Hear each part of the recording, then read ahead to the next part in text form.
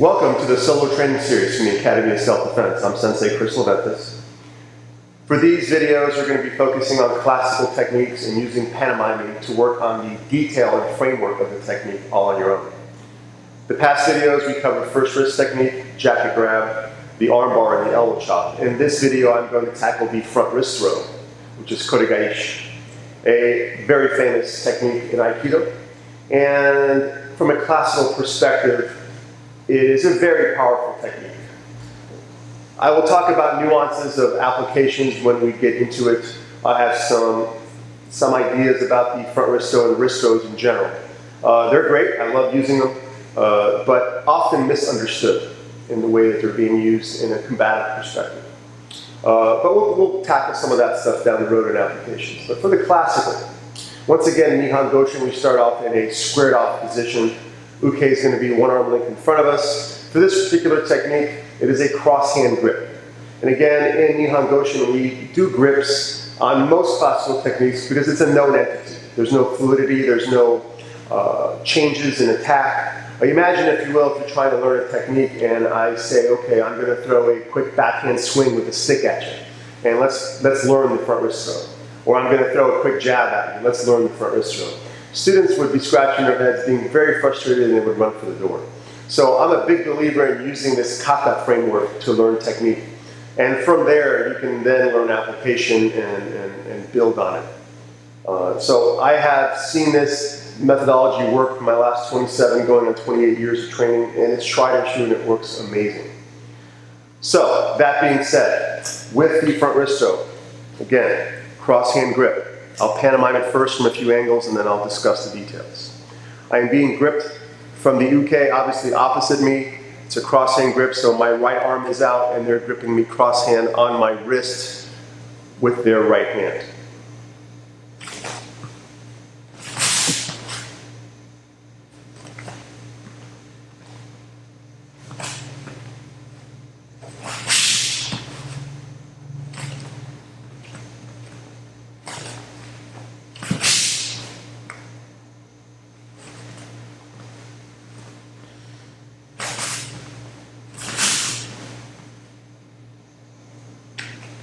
Okay, so what's happening here? Once again, we have two stances in this technique. Our first stance is a hanmi, which again is used to affect kazushi, to break balance of our attacker, or our uke in this case. So that first step, it's a hanmi, it's a shoulder width-ish apart. It can be a little wider if it's comfortable for you, but not narrower, because you don't want to have a bad base or an unstable base. And that's meant to lurch the attacker forward, okay? So if we break down the anatomy, again, I'm here, I'm the uke, I'm being brought forward. The minute this wrist is being twisted to affect the throw, all my weight in that instance, well, not all of it, but the majority of it, the energy and the weight, now that energy translates into that wrist. This is why this throw is very, very effective. Because if I do it with just the right timing, the attacker doesn't have time to adjust their weight. It's all right here. Imagine now this being twisted and all that energy being concentrated in this area. This is why this is such a devastating technique when done for real. So with this hanmi, that first step has to have enough kazushi to get that energy. So I want to be here. I talked about in the arm bar, using that movement to put the sword in the scabbard. This is kind of the same idea, right? If I had just cut, that sword is being put into the scabbard. Or you can also imagine that sword being brought back to an attack position, okay? So from here, again, hanmi. This hand goes on top, and the grip is important here. You can't let it slip. Like the jacket grab I talked about, thumb has to be on one side, the fingers on the other, and I'm basically using the hand as an effective lever to affect that pain and torque out the wrist, okay? So, now, what's happening here? This is where most new students struggle with this. There's a lot going on, okay? The footwork, first of all. In the movement drill videos, I talked about opening up a lane. Same thing here, because if I don't open up this heel to let this foot slide through to get into the jigatai, which is our ending position, then what happens is your brain says, oh, wait a minute, there's something in the way. So I have to step around. And then I got to find the perfect position for a jigatai. Now, if you train for a long time and you know where your footwork is and you're comfortable with it, and it's an unconscious thing anymore, then you could probably get that, no problem. But beginners struggle. Okay, so if you're an instructor, or you want to teach, or you're a senpai student in the dojo and you're helping to teach, that's one thing you got to be aware of with new students, right? So I give them a little, not a cheat, but a tip that I do all the time anyways, and even in the applications, is that with the footwork, if I open up the heel and I slide this foot through and these feet almost touch, and you want to go back as far as you can go, almost like you're going into an extended hami, then you just pivot on the heels, you will be in a perfect jigatai. That jigatai stance, remember, is a shoulder width and a half apart, roughly, and it's also called a horse stance because it looks like you're riding a horse. Okay, so watch the footwork from here. I step, open up the heel, stay low, of course, don't rise up, and pivot into a jigatai. And from here, step, open up the heel, and pivot. Staying low the whole time. Keeping that weight underside. Okay, so that's the footwork.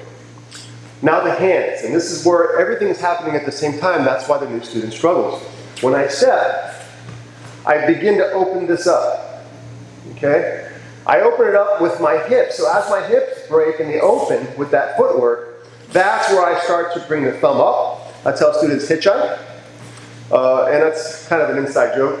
Nowadays, most people don't know what hitchhike is anymore, so especially the kids, they look at me with a stare like, what are you talking about? So you can always just say thumbs up, right? So thumbs up.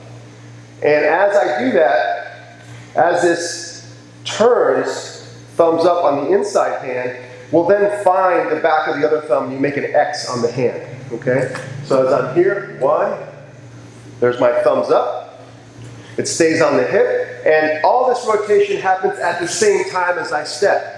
So you should find yourself, as soon as this foot lands and I hit my jigatai, you should be finishing the wrist work.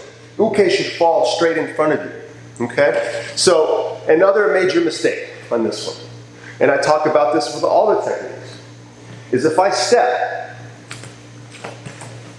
and I allow this to come off the body way too much, away from my center line, as I step, now where's the uke? They're right here. Their weight, they've recovered from this initial kuzushi because I've given him time to do that. And now their weight's bringing me this way. So now I'm struggling, and I'm using what? When I struggle, I'm going to use what? Technique? Or am I going to use strength? I'm going to use strength. So now it starts to break apart, okay? And a byproduct of that breaking apart is as I bring them into my center, I allow them to drift out here. How many of you have done this in the beginning and you find yourself doing this and you're leaning? Probably one of the major critiques of a yellow belt test. Sometimes even the blue belt test. People forget about this, okay? Because they get the throw in class, they figure, okay, it's great, they fell, there's a slap on the mat, and it's great. Okay, so we got some of it, but the detail has to be here on the hips. And I'm looking forward, I'm not leaning at all, okay? So looking at it from the other side, my left hand being gripped cross hand with the left hand. One.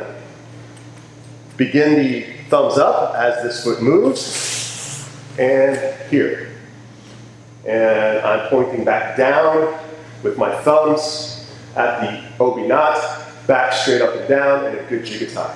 Okay, now in a jigatai, I think I referenced this in my stance videos, is that, yeah, by definition, feet are totally forward. For me, my toes are a little bit out at an angle in the jigatai, and that's okay, as long as it's not pinch-and-toed out. Just a little bit helps me open up my hips and my knees, okay? It's much more comfortable for me, so that is allowed, okay? So a good exercise for this too is to flow it a bit, right? So imagine, okay, I'll start with the left hand on this one. Go right. Give them a left. Go right. Okay? So you can kind of now turn that into a movement and technique drill all at the same time. There are tons of ways to get you to practice on your own, again, with these, and come up with your own drills. Okay, this is just one I just thought of. So, Kodagaishi, front wrist throw, those are the details for it.